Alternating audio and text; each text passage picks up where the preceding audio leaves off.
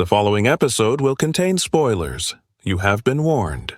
You're listening to Cinema IRL, the podcast that throws you into the movie and asks the question, what would you do?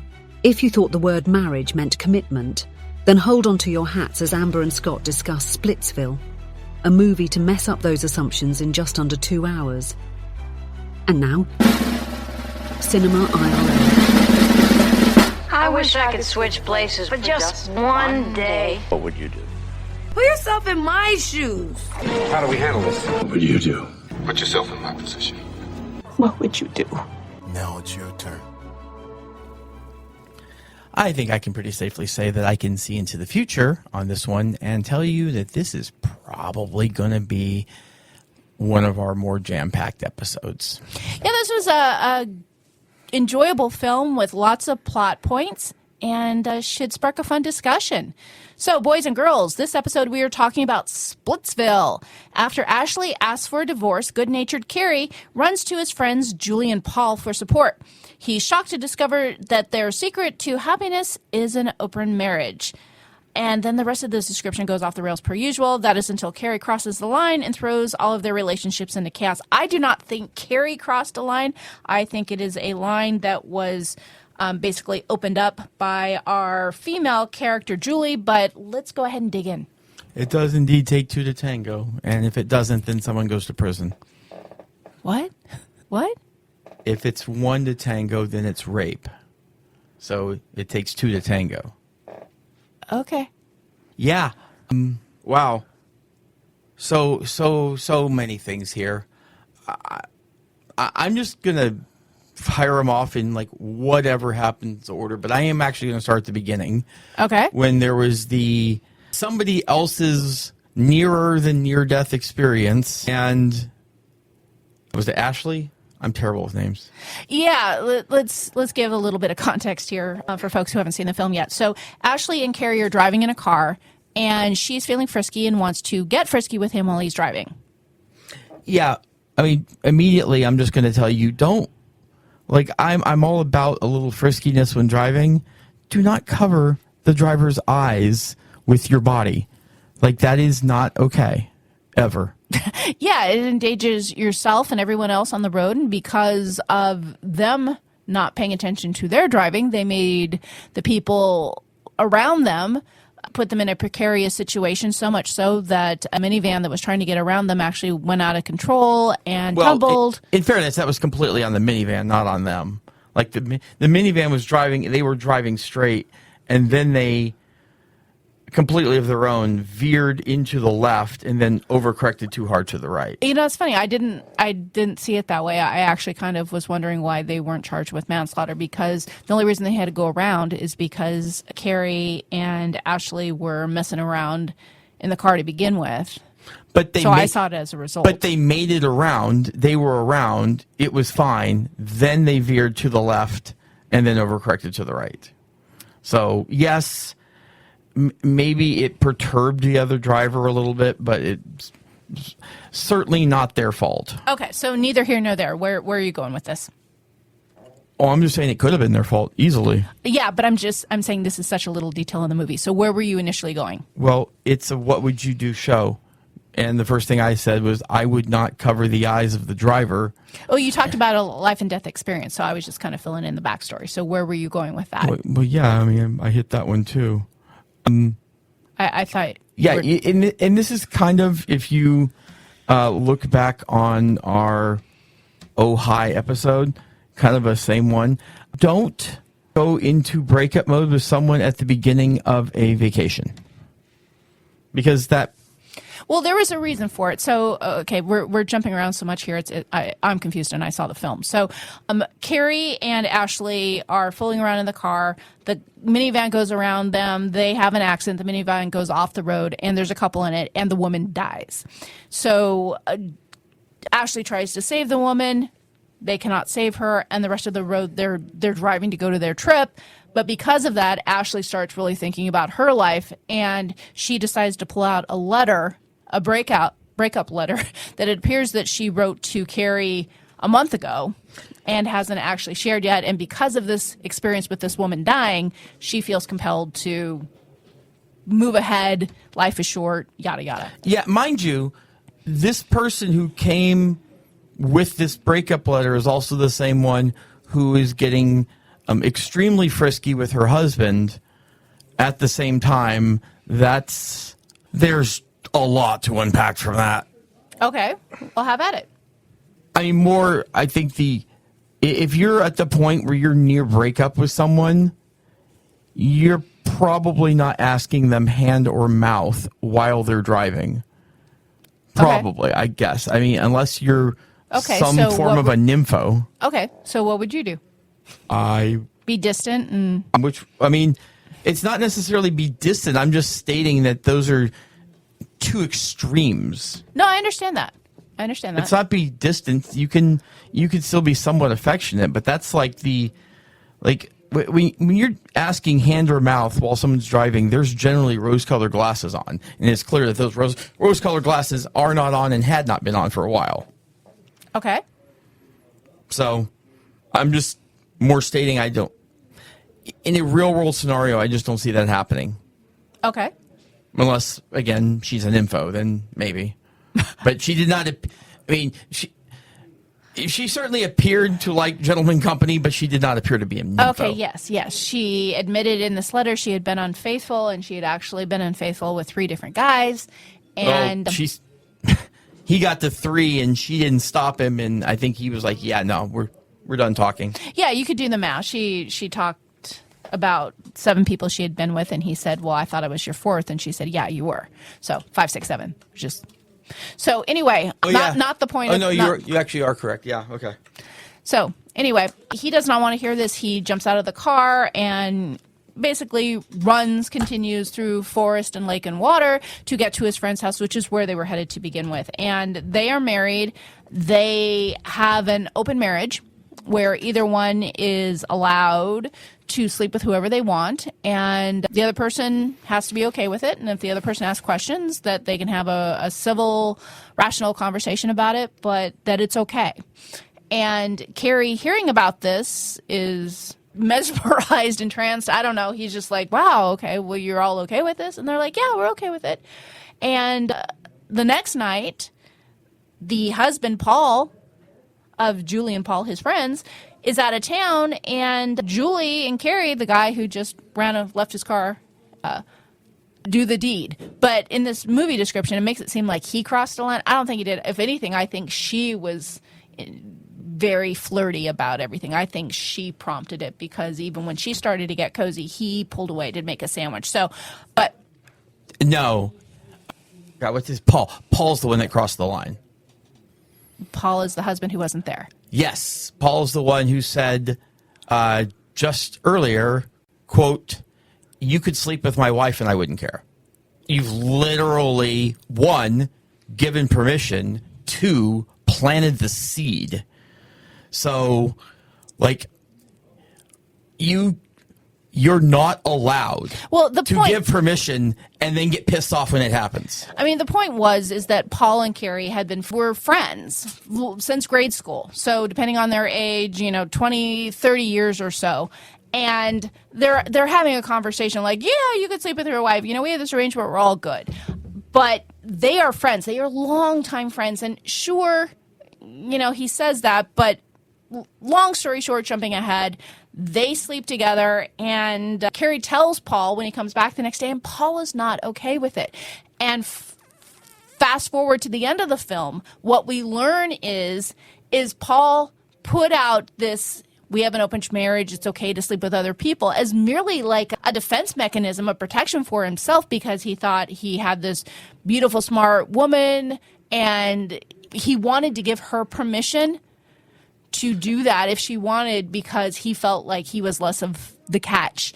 And he had never actually slept with anybody, and she had never slept with anybody either until that night that she slept with Carrie, his best friend. Yeah, so I will say Carrie did screw up on one thing, and while there were rules known, Carrie, and it was stated, but... What do you mean rules? There were no rules. Well, one of the rules basically is, if the other person wants details, they ask.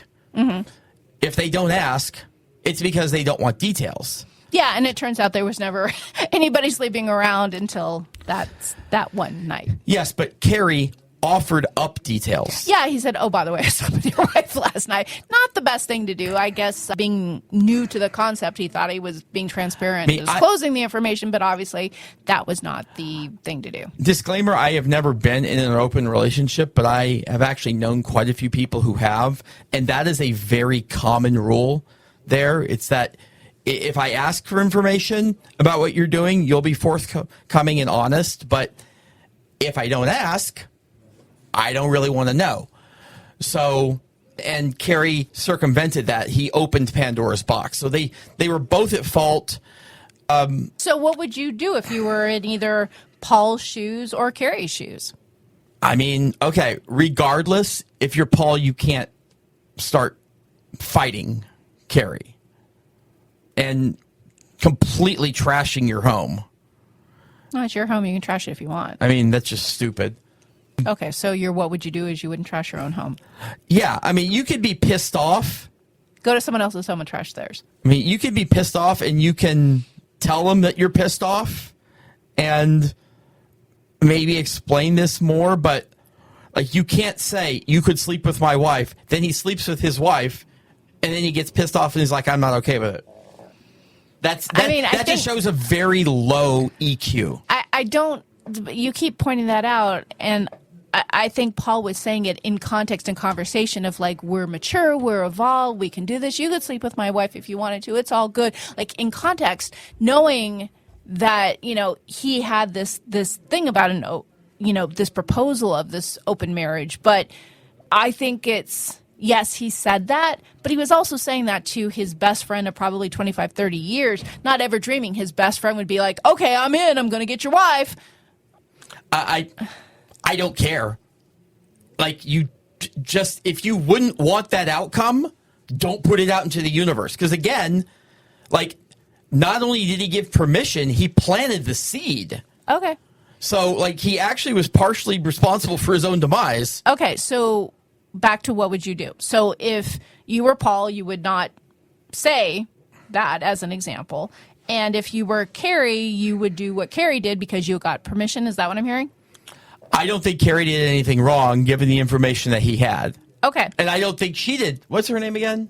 Julie. Julie, I'm terrible with this. I don't think Julie did anything wrong with the information that she had because she knew she had never slept with anyone else in that arrangement, but she also firmly believed that her husband was. And I mean, and that's kind of what happens. When you enter into an open relationship, you have no choice but to assume that the other person is sleeping around unless they express, or in some respect, sleeping with other people. That might be one, it might be occasional, it might be whatever, or it could be a lot. But unless something is said otherwise, like, hey, we have an open marriage, but just letting you know I'm not doing that part. Like, I'm allowing you, but I'm not. Unless you say that, there are assumptions that are going to get made. And it takes a really, really, really high EQ to be able to be in an open relationship and have it survive and you not go crazy. It is not only not for everyone, it is not for the vast majority of people.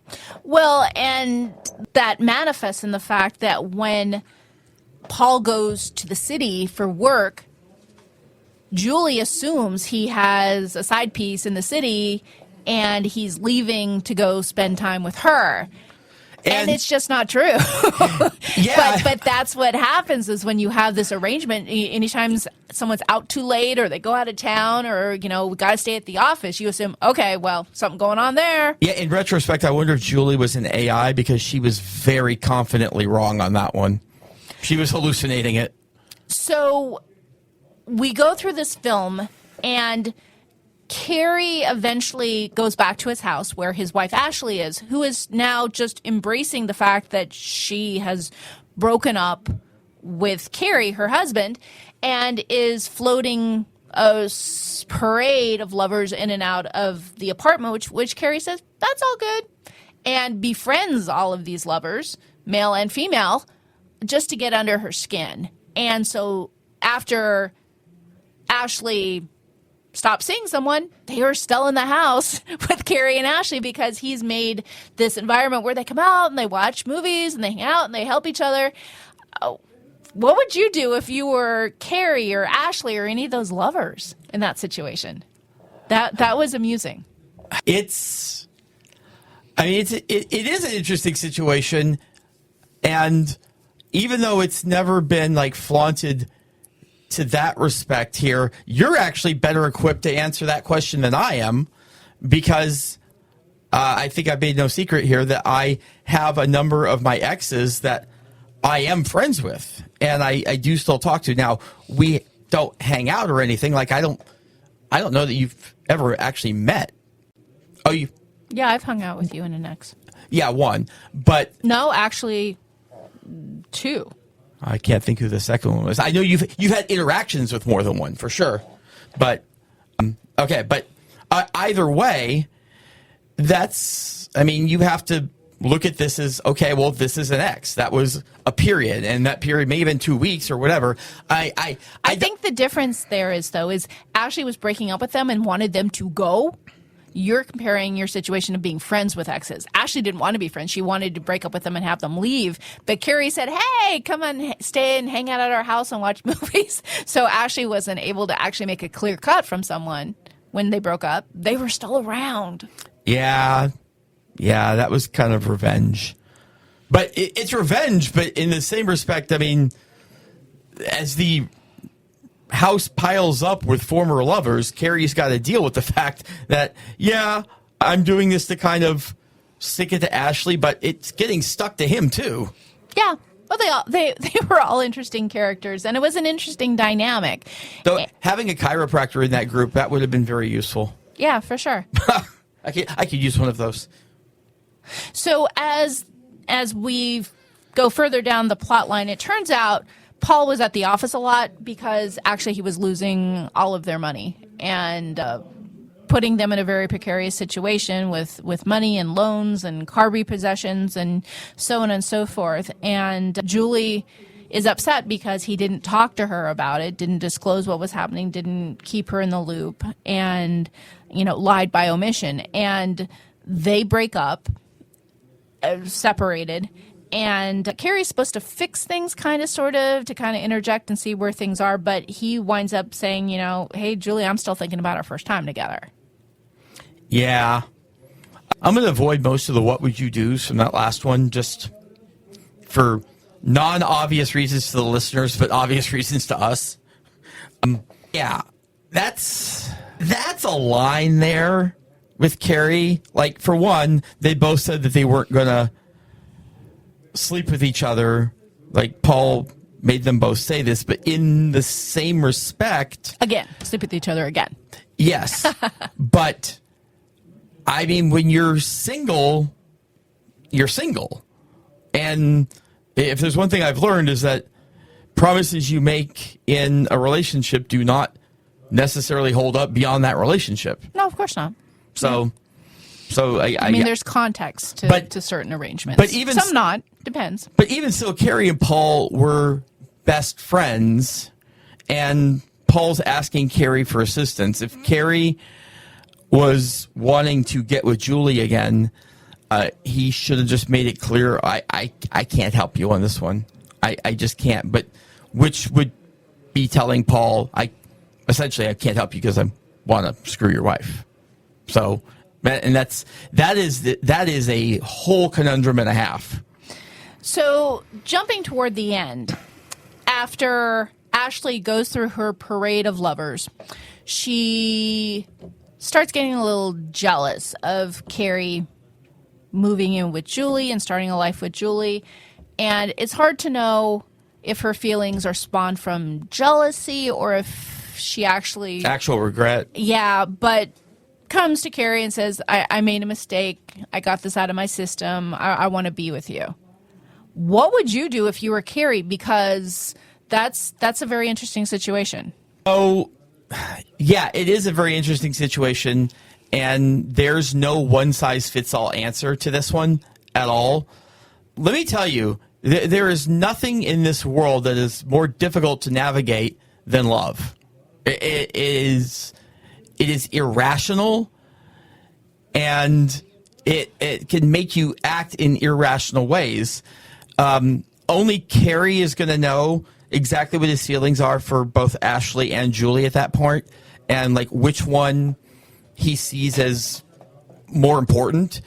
But it is an inflection point. At that point, it's essentially an open slate with Carrie and Ashley as to whether or not Carrie wants to get back together with her or not.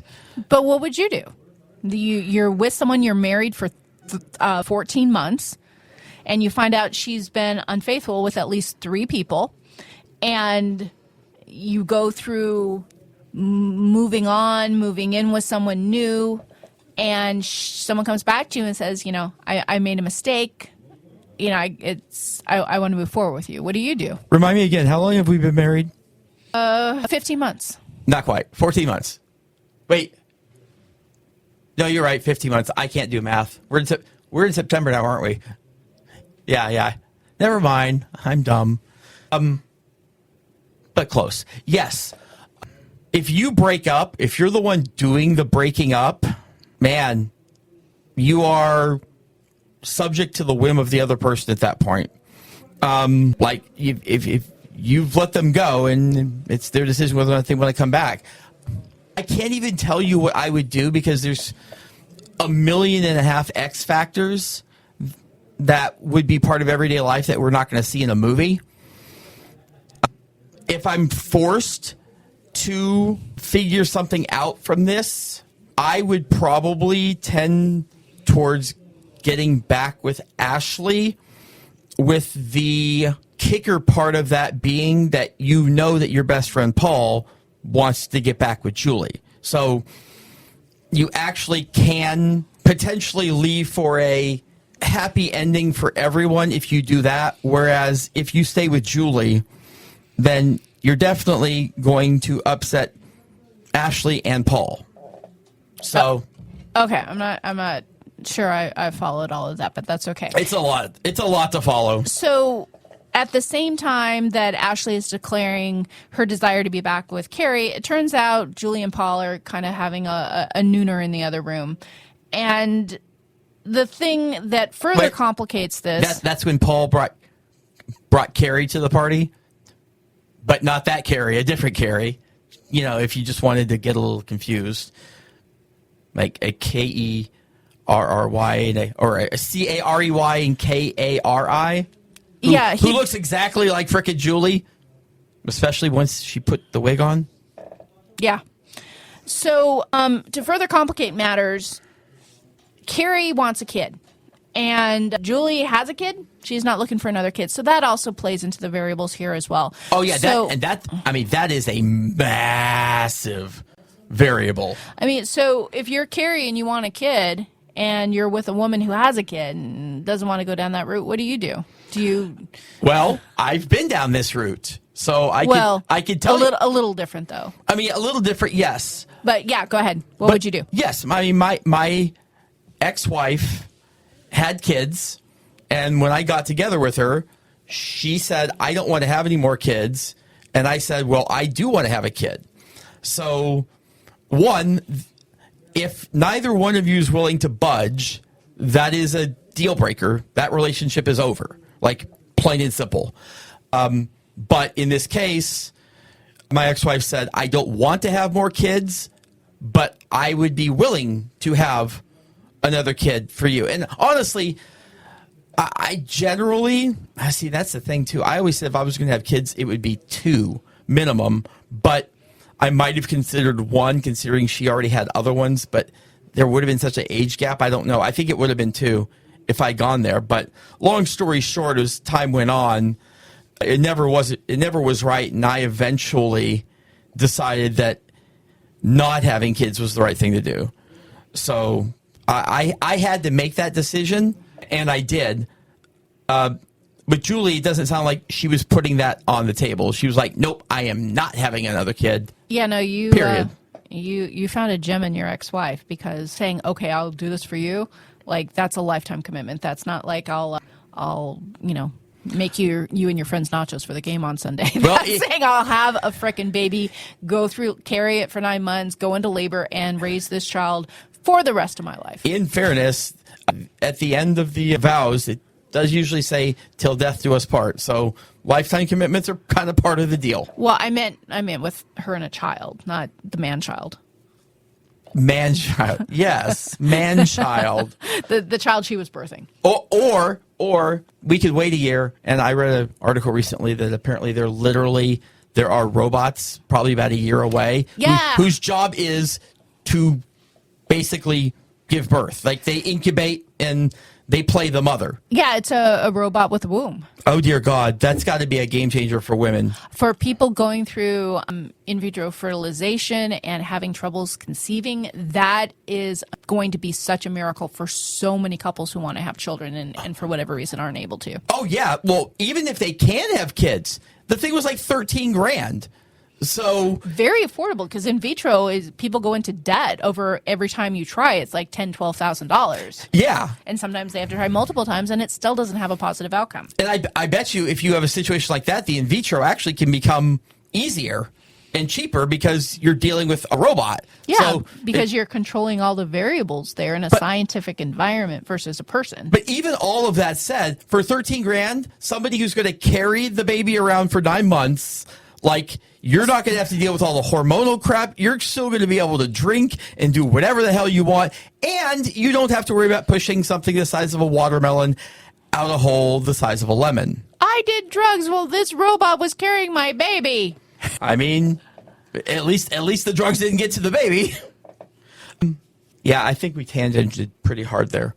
But yeah, no, that's a deal breaker if neither one's willing to concede on it. But the truth is the way it ended up at the end, I think, given this particular situation, was the optimal outcome. Carrie did end up getting back together with his philandering wife, Ashley, and they had a baby. And Paul and Julie coexisted with about two romantic interludes over the course of the last year, co-parenting their kid, but not really falling back into that relationship. I mean, it more seemed to me at the end like not quite the actual definition of this, and I don't even know what the word is. A quapple? A quapple?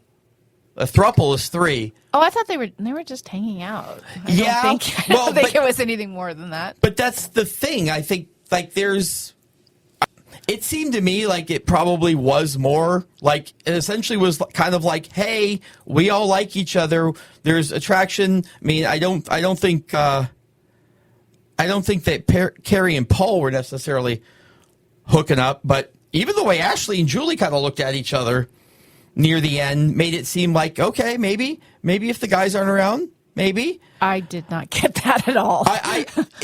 But you know, they all got very comfortable with each other, and I think the concept of jealousy was removed. But dear freaking Lord, it was a journey and a half to get to that. It was indeed, because even in the middle of that, Paul and Ashley toyed with the idea of sleeping together to make the other two jealous. So it was very involved, and these people were in and out of their lives in very peculiar ways. And at the end, they all got along and existed and gone through this experience together. I did not see that as a sexual experience. You did. Open to interpretation, obviously. Well, I mean, it certainly could have been. Like, it seemed like a lot of the veils were down at that point. And the four just realized, like, we all like each other, and we're all comfortable with each other. Like, it felt more like a family environment where essentially 2 moms and 2 dads, in a way. Again, that is my interpretation of it. Obviously, you have a different interpretation of it. I just saw them vacationing at the house that initially was Paul and Julie's house, but they lost that house because Paul lost all their money. So they rented that house as an Airbnb. And they were all hanging out together. House. Yeah. Yeah, that was weird. That was very weird. So, final thoughts on Splitsville. Open marriages, thumbs up, thumbs down? I mean, the truth is in the right situation, it can be right. But more than likely, if you think you have the right situation, you're probably wrong. You might be right. But that's the thing. I never want to tell people how to live their life or how to have their relationships. If that's what works for you and you truly have the emotional intelligence and communication skills for it, and it jives with everyone and truly jives with everyone. Nobody's saying it just to say it or to go along with it and hoping it doesn't happen or anything like that. Like, if everyone's truly in, then fine. But man, that is one of those things. It has got to be unanimous. Like, everyone's got to be, yep, I am fully freaking on board with this idea. And if you're not, then don't do it. Yeah, don't say you're okay with things if you're not. We hope you enjoyed our episode. Thank you for listening. And to catch all the new episodes, please subscribe. We release 2 to 3 episodes weekly, so we'll have new content regularly. Until next time.